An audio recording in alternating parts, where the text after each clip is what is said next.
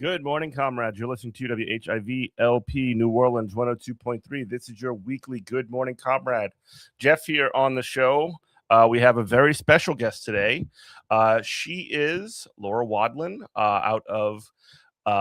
she's formerly of the DSA MPC, and she is one of the authors of the article in The Call, 12 Myths That Threatened the Power of Our Strike. Strikers expect risk-averse advice from the experts. To win, rank and file members must be in on strategy discussions. She wrote that along with Meryl Di Pasquale. I hope I didn't ruin that too much. But anyway, Laura, welcome to the show. How you doing today? Hey, Jeff. Thanks so much for having me. I just wanted to talk to you a little bit about. So you were a community college professor at PRCC, Portland CC. I'm sorry, PCC. In Portland, Oregon, and you guys went on strike. Tell us, so when did this happen? Tell us about it and just sort of like run that whole thing down for me, if you don't mind. Yeah, this was very recent. I still feel like I'm recovering from it, honestly. But yeah, so we struck for 3 weeks in March. The way the term system works in Portland is that we have winter term that ends in mid-March and spring term that begins in the start of April. And so we struck during the last week of classes in winter term, over finals week, over spring break, and into the first week of spring term. And we delayed spring term by a week. We were striking over an economic reopener. That means that we basically had bargained the full contract 2 years earlier. We normally bargain every 4 years, but in the middle you do a little renegotiation of just the wages and benefits portion. Mm-hmm. So we were just renegotiating that on paper. That's what was supposed to be happening. And the college was offering us 0.35% COLA. Again, that's not 3.5, 0.35. Okay. Less than 40 cents. Yeah, exactly. Might as well just be zero at that point. Yeah. I know if you work a job where you don't have a union and you don't get yearly like cost of living adjustment raises, inflation raises, that might not seem that big of a deal. But if you're in a union and you normally depend on 1, 2, 3, 4, 5, 6% even every year, that's like crazy. It's like, what is the point of even having a union if you don't get that? So and also just to say like the cost of living went up by significantly more than 35 cents on the dollar. Oh yeah, Portland is not a cheap city to live in. And so, yeah, people were really feeling it. We did get really good raises 2 years ago when we bargained, but that was like catching up from being just utterly decimated during the pandemic. But and this is like a way to like sort of de facto claw that back by exactly. Oh yeah, totally. And really it was an attempt to like punish us for such a good contract, because 2 years ago we won this amazing contract. We were very strike ready. We didn't end up having to strike, but we got job security for part-timers, we got scheduling autonomy, tons of other amazing things that were just really historic, and really big raises. Like we got minimum, like everything included, minimum 20% raises for everyone. That was 2 years ago. Mm-hmm. And that was the first contract negotiations of our college president, and she was new back then. And I think she experienced that and was like, all right, this time let's play hardball. So anyway, they were playing hardball. We were negotiating for like a whole year almost, and they were offering us nothing. And so just to give some context on our unions, so at Portland Community College there are 2 unions. One is my union. I teach English as a second language. So all the faculty instructors, that includes full-time, which you might consider like tenured, but we don't really have tenure, but that's what that means. And then part-time faculty, or like adjunct. We don't use that word, but so full-time and part-time faculty, and then academic professionals, which includes like advisors, recruitment and admissions, enrollment specialists, things like that. So these are 2 different units? No, that's my union.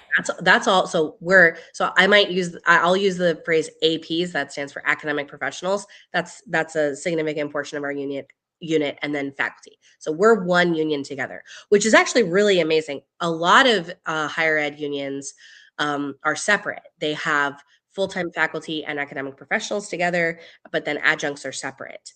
And both camps are weakened because of that. We're really lucky that we have everyone. Well, I should say not everyone, but the all faculty and APs together.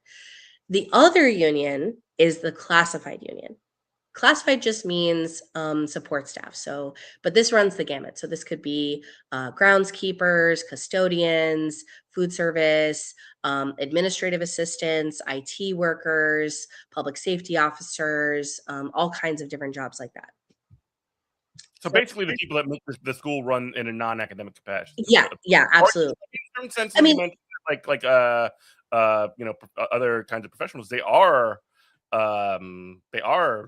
participating in a direct way in academics. So I guess that was not a correct statement by me. Well, yeah, I mean, they do some academic work too, that's for sure. But yeah, it is like, I mean, it's not entirely accurate to say this, but there is a bit of a like white collar, blue collar, or like academic, non-academic breakdown. But that's also not quite accurate either. But anyway, so faculty and APs on one side, and then in one union, and then classified in a different union.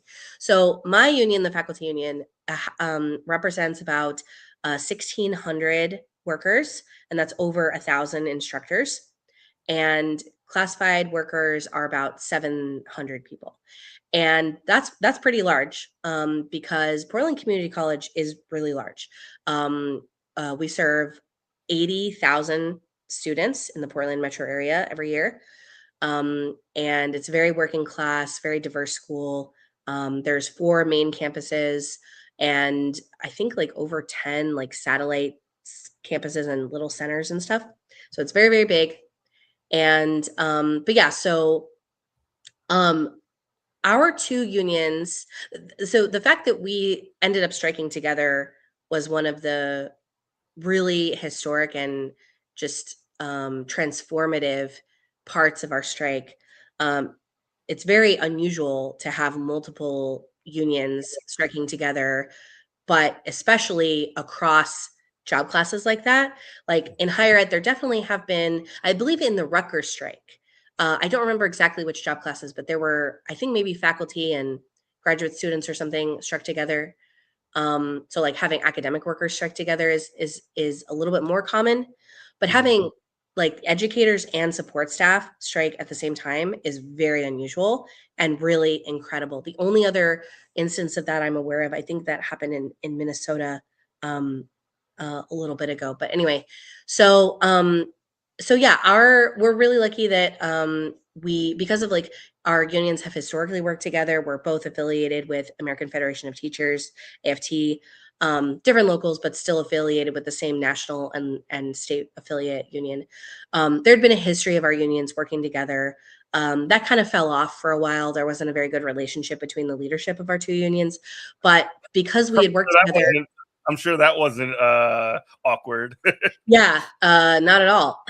Anyway, so, but yeah, I mean, people in my union had always expressed an interest in working more closely with classified people in their union, and I believe the same is true there in the classified union too. Although there is a bit of a difficult dynamic there sometimes because, of course, the college treats faculty and APs with more respect, which is really disgusting. And I think we like can see that. And many of my coworkers like notice that and don't like that. We feel angry on behalf of classified workers, but also, I mean, it's a division. It's the whole point of that is to create a division between. Exactly. Yeah. That's the whole point, is to create the tiers. Yeah. But I mean, the other truth is, unfortunately, there are people in my union who also treat classified that way, treat them like the help, which is also really disgusting and also just like feeds into the anti-solidaristic approach of management. So, and of course, we are a larger unit. There's just more faculty and APs than there are classified. We have higher income, more flexibility. And so, yeah, there's just like definitely some inequality there that can breed distrust or resentment, which I think is very understandable and something we have to really work to get past. And I think our strike really helped us do that. But anyway, so so we had a history of working together across the two unions. And fortunately, we had a similar schedule. So our contracts expired around the same time. That date, though, isn't super important. A lot of unions, like especially in the private sector, it's like they have a practice of not working once their contract is expired. Like they don't work without a contract. That's not really true for us. A lot of unions work without a contract for a long time, but at least we still expired around the same time, and we started bargaining around the same time. So in the state of Oregon, there's a law called PECBA, which basically is just it's very, very similar to the National Labor Relations Act, but it's for public sector workers. And but the big difference is that there's a whole rigmarole for public sector bargaining. Like there's a whole calendar of timelines and deadlines, and you have to be in bargaining for 150 days, and then you can file for mediation, and then you have to wait for a state mediator, and then you do mediation for a certain amount of time, and then you submit final offers, and then there's a cooling off period, and blah blah blah. And all of that is of course intended to discourage you from ever going on strike.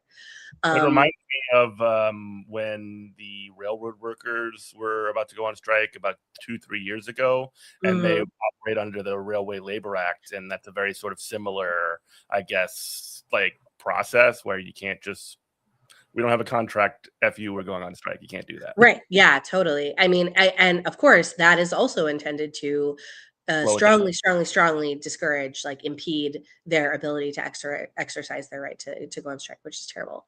But yeah, so we started bargaining around the same time, which means we were about at the same point in the process of, this calendar of stupid deadlines, and or not even deadlines, just like barriers, I guess, obstacles to exercising our right. Yeah. So it was about in fall, so a few months before we ended up striking, where I think our union started to realize, man, we have been bargaining for a long time. They are really lowballing us here, more than they ever have before. This is not going well. Like, wow, we really need to seriously think about striking. Now, fortunately, we had laid a lot of foundation ahead of time. Like I mentioned, 2 years ago, our union was really strike ready. And so we kind of picked back up where we left off.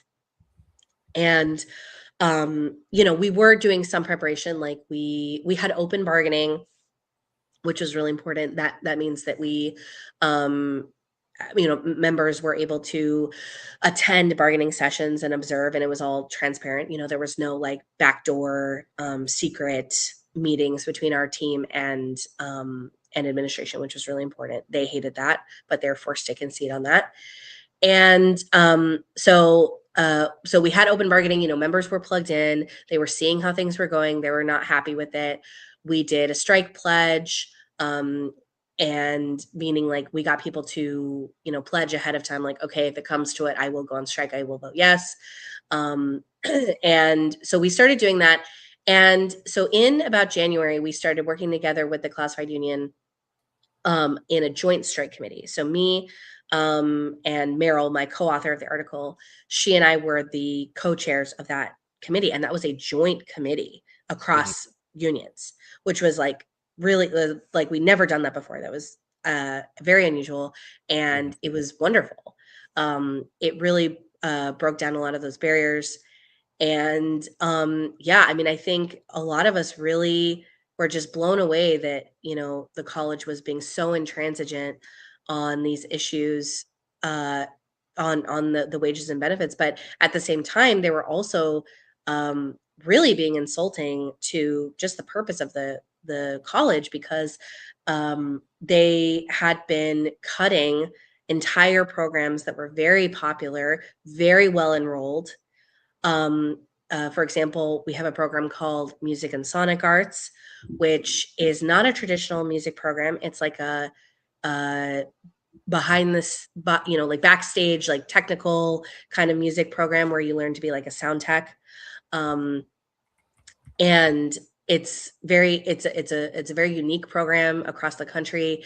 And like I say, it's very popular, and PCC decided to just cut it whole cloth. And students and workers in that program have been fighting to save it for over a year now. And there were other programs too that were being slated to cut, like gerontology and other programs. And also at that same time, they were reducing course offerings in some of the most essential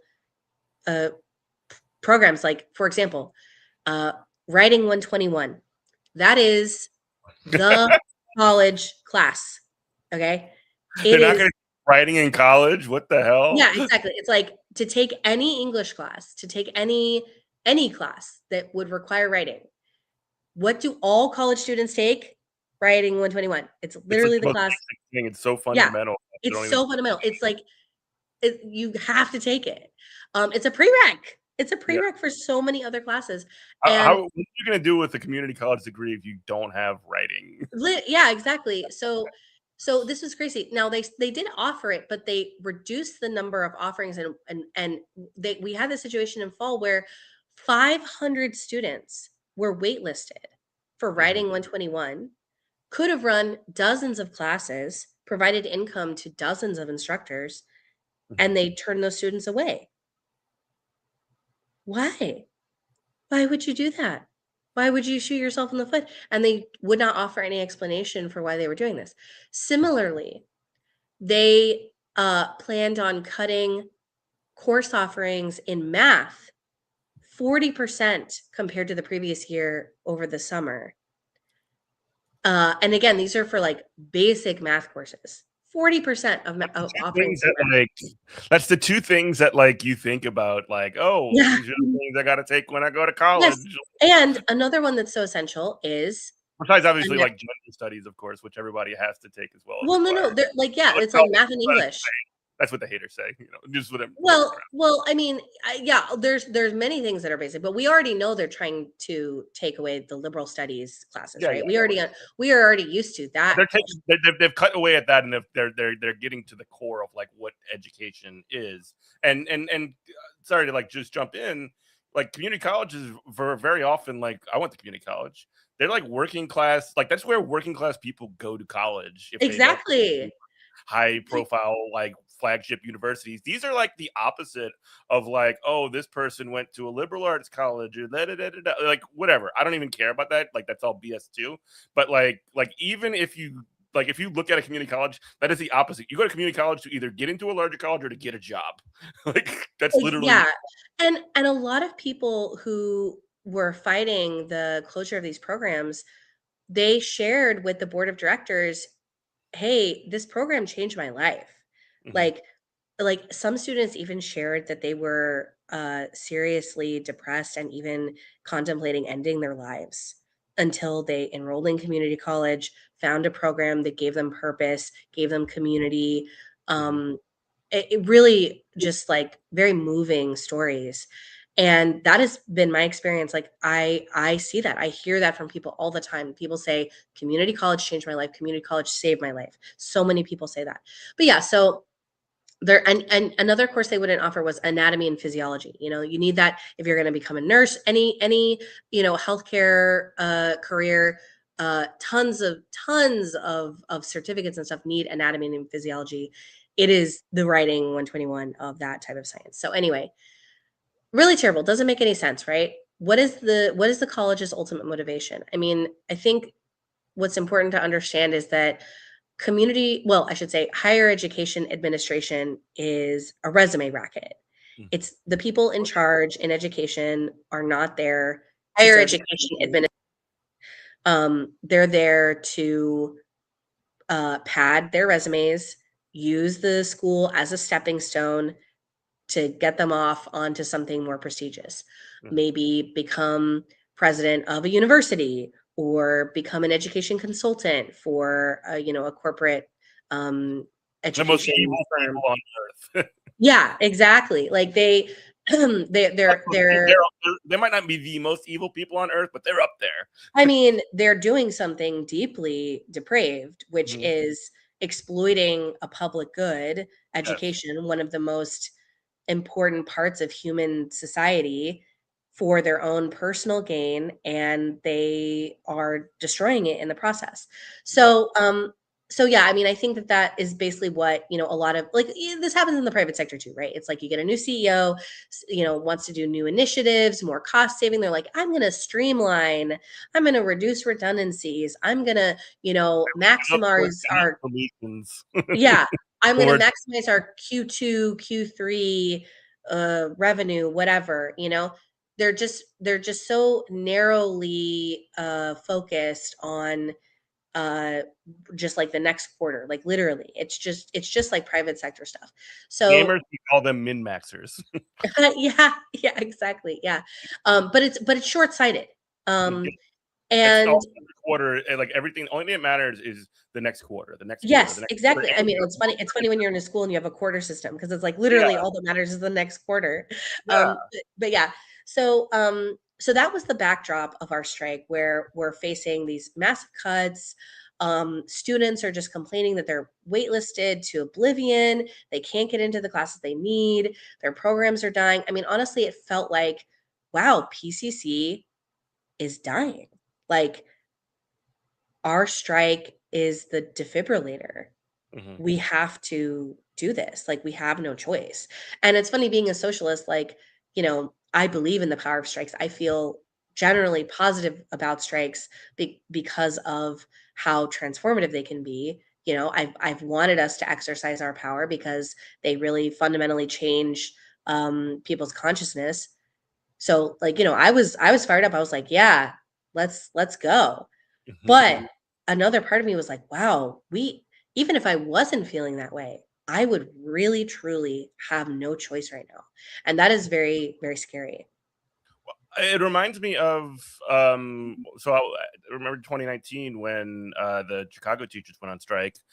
It's not like they were only going on strike for like more money or better better conditions on the job. That was part of it, but a huge part of that was that they were taking nurses out of schools and like cutting Yeah. down on social workers and do so like one of the things that is always when it comes to like how the boss talks about it, and also how media tends to just parrot that, is that all these greedy teachers are going on a strike because they want more money or whatever, and they're greedy. And the real answer, the real thing is that nobody understands the conditions on the job more than the people that are there. So and again, like the thing that people like you just described that, like, you were saying that you care about the institution that you work at and you understand the value of the job that you do, because that's what you do every day. You choose to do that every day. There's probably a bunch of things that you could be doing with your life that isn't that. Maybe there is, maybe there isn't. I imagine there is. But Yeah. like, you need to do the thing that you do because you think it's important and you enjoy doing it and you love it, all this other stuff. And you're not going to like just become, a college university professor to like, I'm gonna come and wreck this thing up and make it worse, or anything like that. But that's the portrayal that the management class, the people that are actually trying to do that, try to say. And unfortunately, that's what gets sort of like megaphoned out there into the sort of public consciousness, unless you can push it around, because they have, capital has the tools to do that, and the only thing that we have is one another. Absolutely. And really, in our strike, we saw that that strategy of trying to paint the educators and the support staff as like greedy or destructive just Hmm. fell completely flat with students. Hmm. And part of the reason for that is that um, we had a plan for talking to students about the possibility of our strike pretty early on. So yeah, in uh January. So again, we struck in on March 11th, I believe was the first day. So the beginning of winter term was in January, and we started having department meetings where we would talk about being strike ready in that department. So like math strike readiness meeting, um, English strike readiness meeting, etc. And in those meetings, we would talk about, okay, how are we going to let our students know? What are the things that our students are going to be particularly worried about? Especially because we knew that if we were going to go on strike, it was going to be at the end of the term. So this big question of like, okay, how is the term going to wrap up? Like, are students going to be in limbo? Are they going to get credits? Like, what's going to happen if they're in a certificate program and they need to graduate? It's going to be, very stressful for everybody. And so in our departments, we talked about what our plan was and talked through the complications. And then we went to our students in the classroom. We brought it up in the classroom. We had literature, like little leaflet flyers with FAQs for students about the strike. We told them, hey, we don't know if this is really going to happen, but it might happen. From the start of the term, we're letting them know, just so you know, at the end of the term, there might be a strike. It might disrupt things. We wouldn't do this if we didn't have to. We're trying to, save the college. Just letting them know about the context. And many, many, many students had instructors talking to them directly in their classrooms about this. And that was a huge part of what solidified student support for us, because they had been hearing about this from their instructors. And even if they didn't hear about it from their particular instructors, they heard about it from their classmates. And they had some time to like mentally prepare for this and think about the consequences of having a school where instructors don't get any inflation raises at all. They're not paid properly. And where programs are really precarious. And it's not like we had to persuade students. I mean, in a community college, your students are also working class. Like some of them are in unions themselves. Many of them are in unions, in fact. Sorry, getting over sick, coughing up a lung. But yeah, so students themselves are working class. They're workers. They get it. They people like teachers. People at community college, again, like they feel like community college changed their life, saved their life. They're very grateful for all the education they've gotten, and they understand how important all the support staff are, including and of course their instructors. So student support was very strong from the beginning. And one of the things that really solidified that was how the strike started. So we had planned on doing a walkout in the morning. Sorry, I'm going to cough again. Hold on. We had planned on doing a walkout in the morning on March 11th at 10:30, and we broadcast that. Management knew it was not a secret. We were very excited about it. And the day before our strike, the night before, our bargaining teams are hoping to get like a last minute deal, whatever. Didn't happen. Strike is on. All right. At about midnight, the college sends out an emergency text saying campuses are closed. What? So they did not hold. They basically started the strike earlier. Like they did what I think could be considered an illegal walkout, or excuse me, an illegal lockout,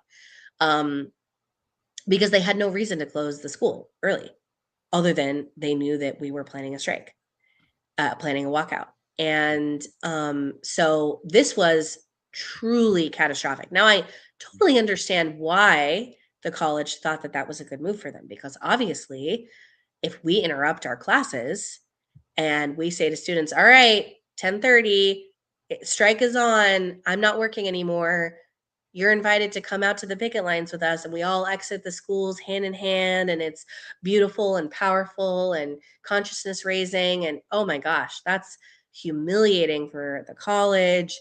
It's just such a big show of power. I totally get why they're like, oh, we can't let that happen.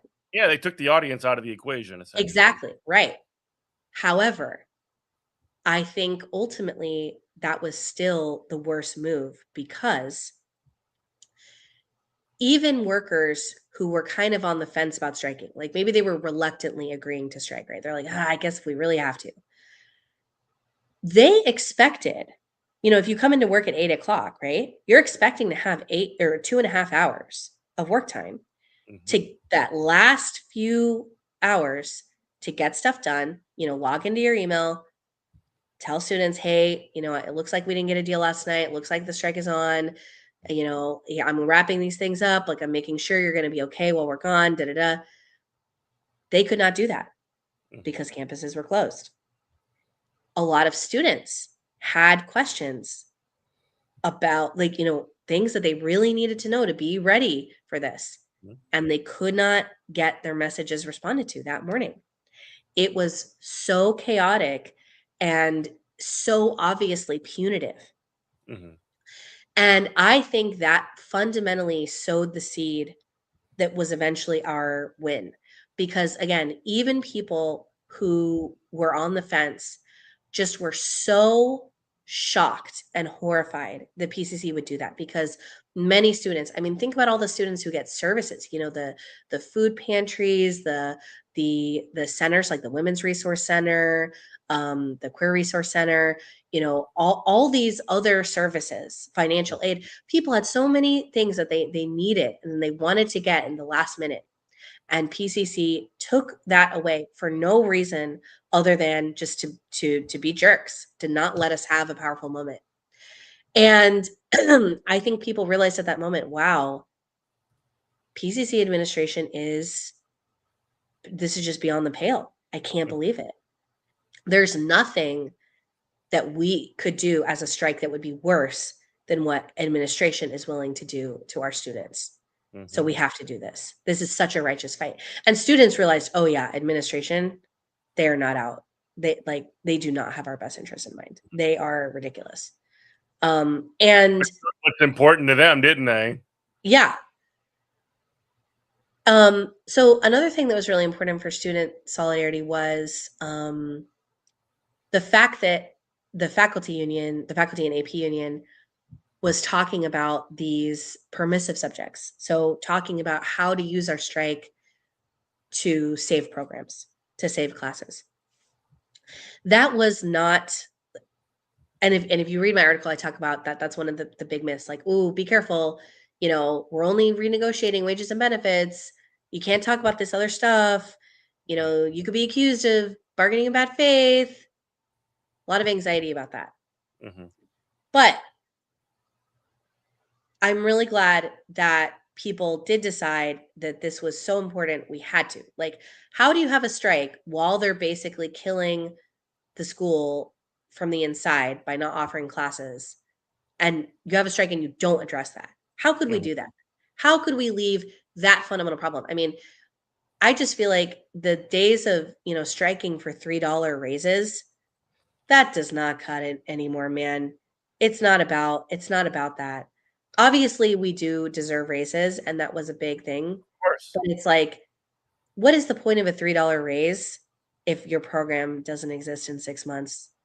What is the point? That's exactly right. So, that's also, I mean, sorry to be make a maybe potentially sloppy comparison, but I mean, if you look at a strike, for example, at a factory, like an auto factory in this or that city, just sort of name it. And there's tons of examples to look at. But if you strike for a raise or for better benefits or whatever in one of those sorts of deals, and they end up closing the factory in 6 months anyway, that's going to be something that is that's not going to do you a whole lot of good essentially in the long run. But if you strike for protections or strike for, right to relocation or to make sure that factory is continued in operation for X number of years, and if there some kind of contingency, there's that. I see that as very similar. I see that as sort of like you're striking not just for your own benefits, which everybody should be making more money. And obviously, I mean, if you look at the auto industry and you look at academia, they're both insanely profitable. So those profits could be obviously going to the people that are doing that job every day and not to some jerk that's decides like, oh, what am I going to cut next? But at the same time, like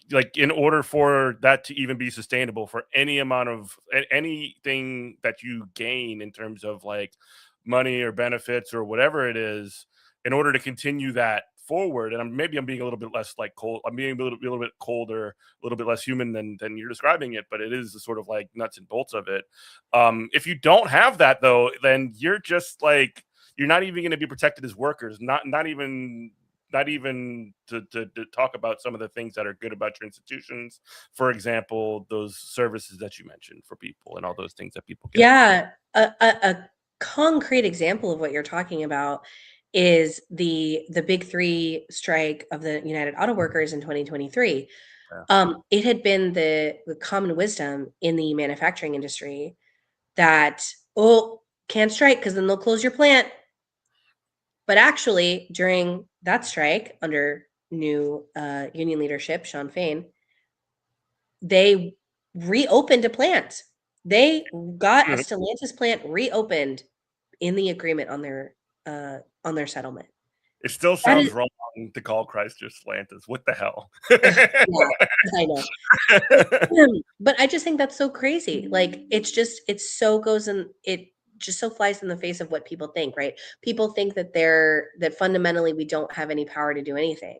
And that if we do something disruptive, then we will only be punished, right? It's really like I think of people who are, in abusive families or like stray animals, like they're just so conditioned to be fearful, to see themselves as lacking power, right? They think, oh no, I better not upset, my abusive family member, because if I speak up, they're just going to hit me and it'll go worse for me. I better not do anything. And we have to get ourselves out of that mindset of seeing ourselves as fundamentally powerless, because we're not powerless. We have actually an incredible amount of untapped power. That's right. In fact, there are 12 myths that Yes. threaten the power of the strike that you just went on that maybe we can talk about. Yeah. Well, one thing I want to say about just the whole context of the article is that it is really sad that this mindset I talk about of feeling that, we're all fundamentally powerless and we have to be very careful because, the most likely scenario is that we lose. That is a really common, though sort of unspoken belief. It's so deep within people that they don't say it, but that does drive their choices in the labor movement. A That lack of is true. confidence. Yes, the lack of confidence, the fundamental belief that bosses do actually have and will always have more power than workers. And it's not completely unwarranted, just to say, because I mean, who remembers the air traffic controllers when they were all fired into the Reagan administration? I mean, like that is one of the probably the most sort of like impactful moment that's happened before probably either you or I are born, that has sort of like colored the landscape for what labor, especially like public sector unions, how they sort of like operate. There's a very sort of there's a very sort of like cautious approach that they go towards because they are absolutely terrified that that's going to happen again. Which I mean, okay, but like, what do you do then? Becomes the question. Yeah, exactly. You're right. It's like, okay, well then what's the alternative to fighting? Yeah. Trying to appease the boss. Hard, like over the years, get picked to pieces like by vultures or what, just lay down and let things passively get worse, or fight it out when you have a chance to win. Fight it out, see what happens. Yeah. So anyway, it was just really sad to see that so many people who are seen as experts in the labor movement have that that mindset of being, that we're going to lose, that we're powerless, including a lot of the staff that we pay to help us in our unions, and a lot of our elected leaders, people on our bargaining teams. And it was really incredible to me that the rank and filers, the everyday people on the picket lines, the member leaders on our contract action team, people could feel our power every day. They had a very keen sense of what our leverage was. They were so deeply committed. I mean, even when we were faced with, wow, I think we're going to have to delay spring term by a whole week. Are we ready to do that? That's way more disruptive than people wanted. I mean, I think a lot of my coworkers did not want to go on strike at all, but were willing to do it if they really had to. But delay spring term, like upset the whole academic calendar, that's a level that people really had not anticipated. But hey, you do what you got to do if they force it, right? And I would say that through the strike, seeing administration's responses, seeing what the stakes were, feeling every day that actually we have the power here. We do not have to spend another day being the servants of a cruel administration, just letting things get worse every day. The idea that we could break free from that was just it was psychedelic. And you need that. You need psychedelic hope sometimes, because it's very easy to go through every day and ask, what is the point? Like, everything's going to get worse, but nothing will get better if everyone says that. So, and that hope and optimism came from the rank and file workers. And, my article talks about all the ways in which this mentality of being powerless pervaded all the strategic discussions, especially when rank and filers weren't in the room to talk to the bargaining team about it.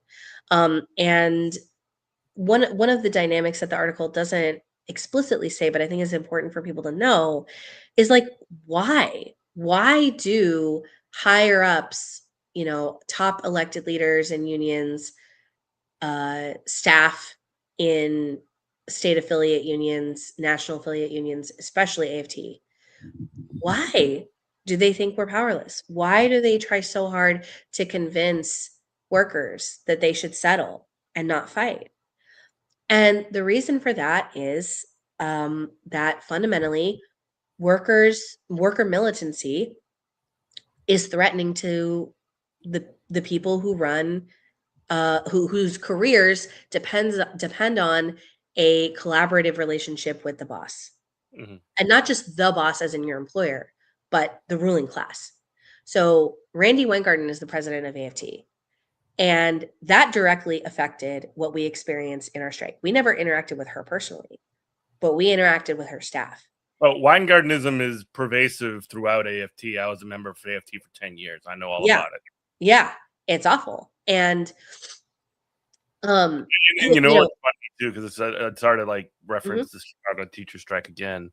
From what my understanding was, like, there was not a word that was mentioned by it publicly by like the Weingarten administration or like that. But I also do remember, like, as soon as they're like, there's no turning back, we're going on strike tomorrow, she's like making public statements being like, we support Chicago teachers and all this other BS. Oh yeah, of course.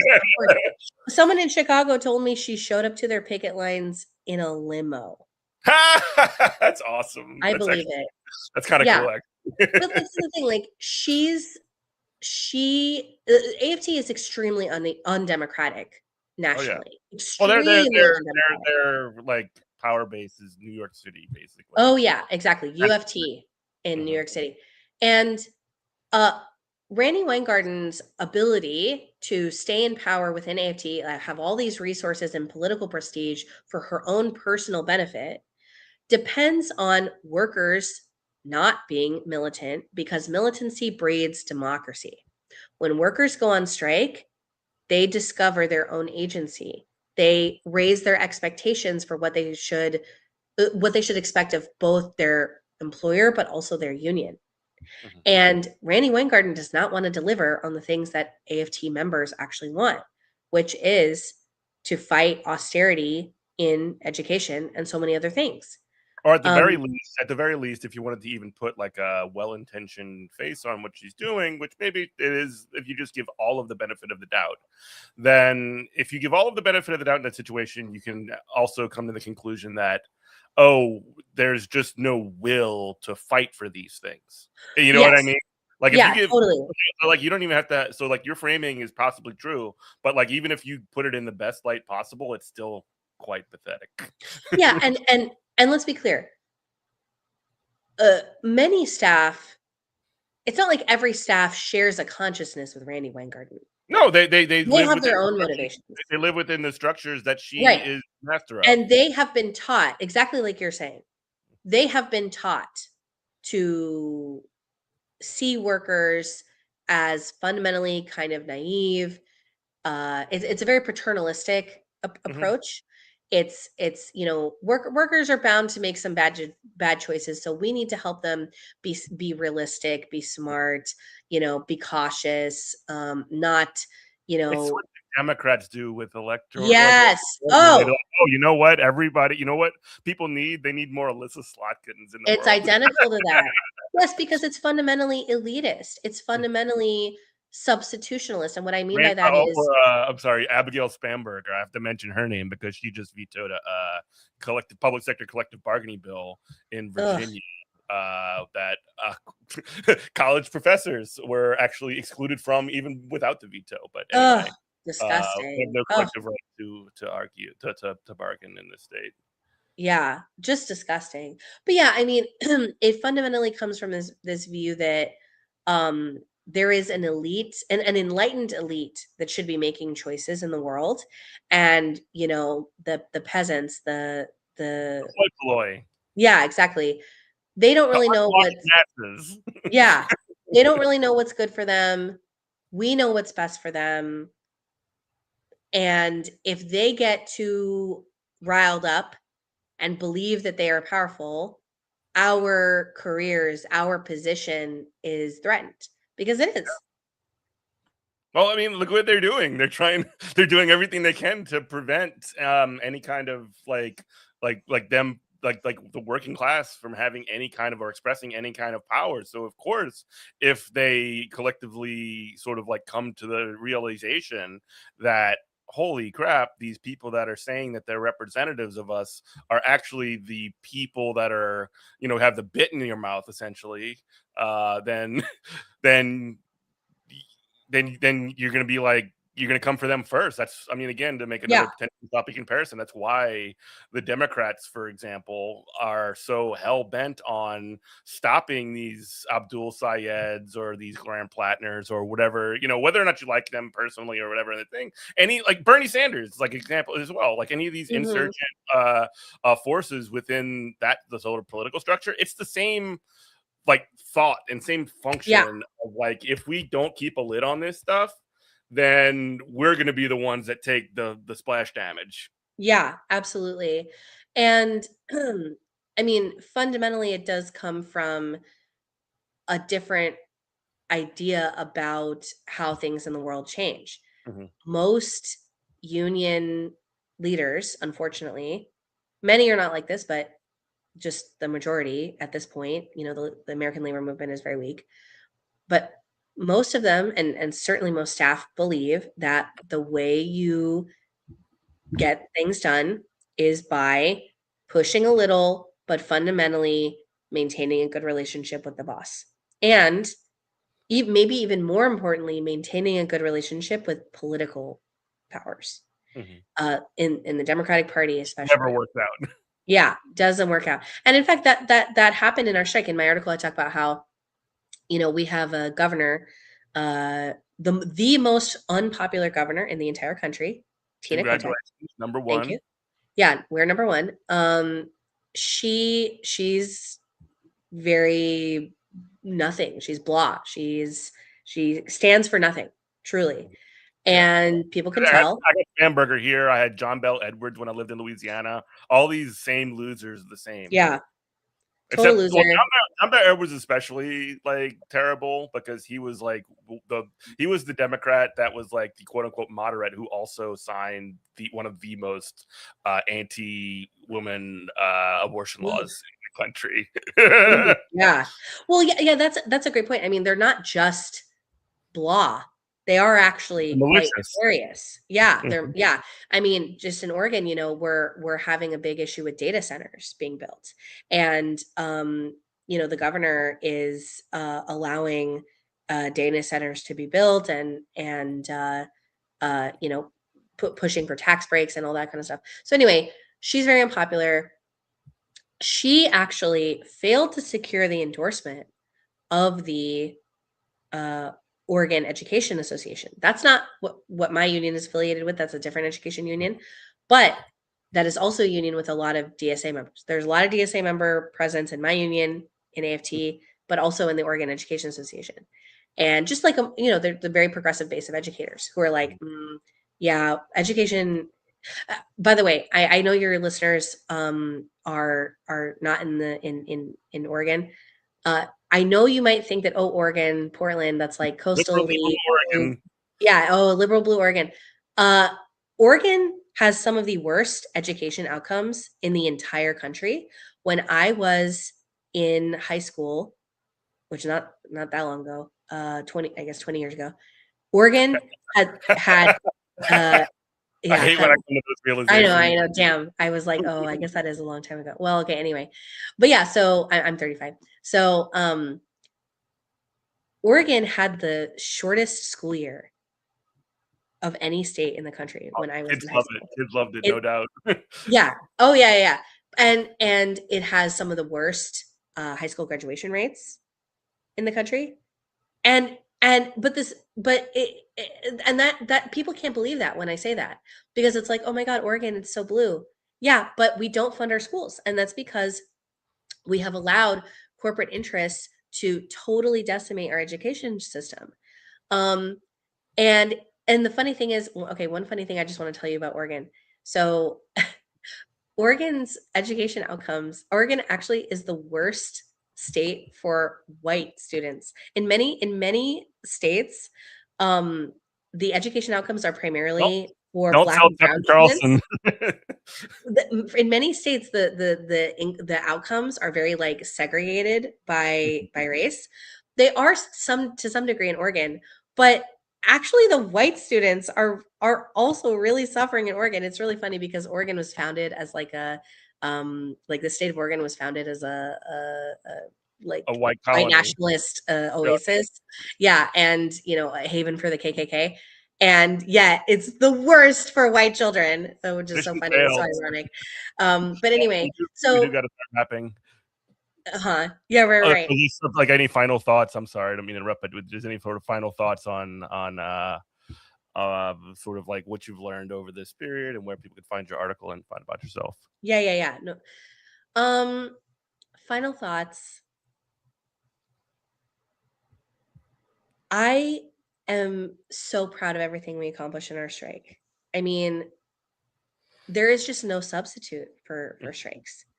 Strikes, it totally transformed my coworkers' thinking on their own power, what we can accomplish. I heard people say, I lost money on this strike, but I would do it again in a heartbeat. That there were some classified workers who got a worse deal, and they said that. Um, people were just people who were skeptical of striking. They came out of it saying, "You're either with us or you're against us." Like, it just opened people's minds to what we're really up against, and I'm really hopeful that over the next 2 years we can really push to change this horrible education funding system that we have in Oregon. And not just do that, but do other things too, like really bring socialist politics to education unions and to the state. Portland DSA is very ascendant right now. We have out and proud DSA cadre candidates running for city council, for state legislature. And our strike is a part of that wave, part of that socialist wave of politics. I know people may feel like, well, if you can get a good contract without going on strike, that's ideal. I don't know if I agree with that. I mean, there truly is no substitute. It's like if you're in an abusive relationship and you say, well, if you do that again, I'm walking out. If you do that again, I'm breaking up. If you say that, well, if you do that one more time, but it never happens, it's meaningless. There's a big difference between saying that and then actually walking out and saying, I'm done. I'm taking my life into my own hands. And that's what we got to do as workers. That's the only way we're going to save education. That's the only way we're going to get what the working class deserves. Well, thank you so much. You can find the article in The Call, socialistcall.com. The article is called 12 Myths That Threaten the Power of Our Strike. Strikers can expect risk-averse advice from the, quote, experts. To win, rank and file members must be on strategy discussions by Laura Wadlin and Meryl Di Pasquale. Thank you so much. Where can people find you? I'm on Instagram. If you want to be found. Yeah, please follow me. I'm on Instagram at FLAURABUNDA, Flora Bunda. All right, cool. Thanks for having me. Yeah, and so thank you so much for joining us on Good Morning Comrade. You can listen to us every Saturday on WHIVLP New Orleans, where this program originates.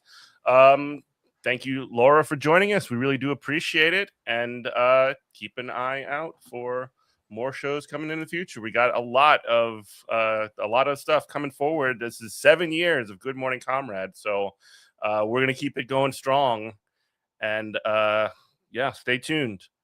This is WHIVLP New Orleans 102.3. We love you. Bye-bye.